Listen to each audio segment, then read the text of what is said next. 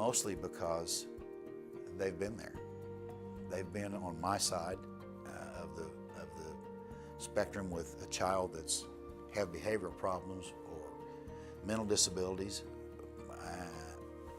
and they understand his part of it because maybe their child has had the same thing, and it's phenomenal.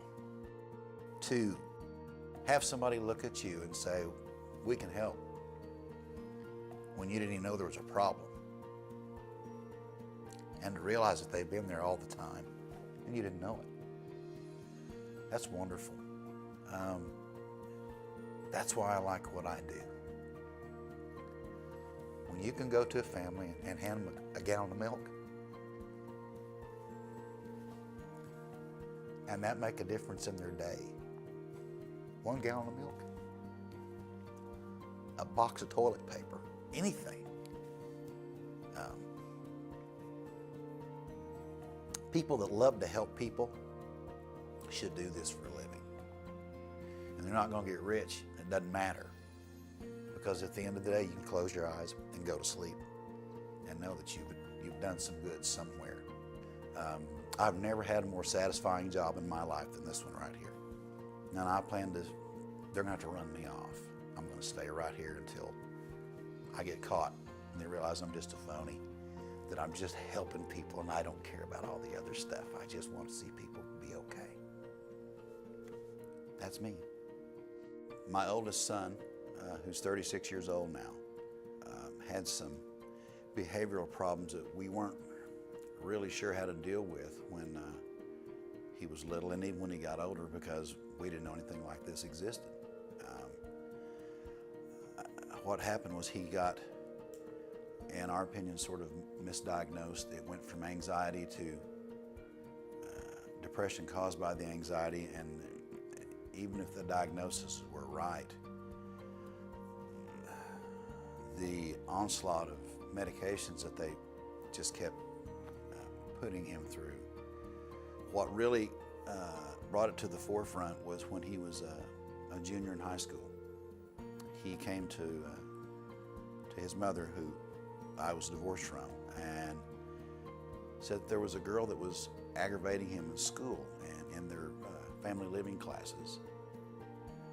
He had spoke with the teacher about it several times, and she wouldn't do anything about it, said it was just, you know, just horseplay or whatever that was going on, but it was a serious matter to him. Now this going on with what was going on inside of him led to one day in the class, the girl in front of all the other classmates continued to bully him. So he grabbed a butcher knife and dove across the table and had her down on the floor and was going to stab her to death. Or in his words, my vision was slashing her throat and staying there and watching her bleed to death. And once they got him off of her, he realized, he told his mother and me, you guys have to get me somewhere for help. There's something wrong. This isn't right. So we got him to a hospital. They kept him for 2 weeks. Realized that he was no longer a threat to himself or anybody else, and let him go. And that's when they started the rest of the medications. The flip side of it is he's a great guy. He's married. It's amazing. I thought by now that there'd be more problems with him, but he's doing well.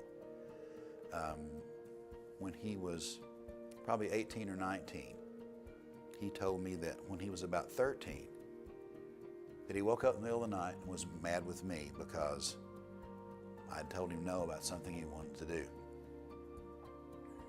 And he said, so what I thought about doing was just getting up, going into your closet, taking your shotgun, and killing everybody in the house, including myself. I said, what kept you from it? He said, I couldn't remember how the safety worked on the gun, or we wouldn't be having this conversation.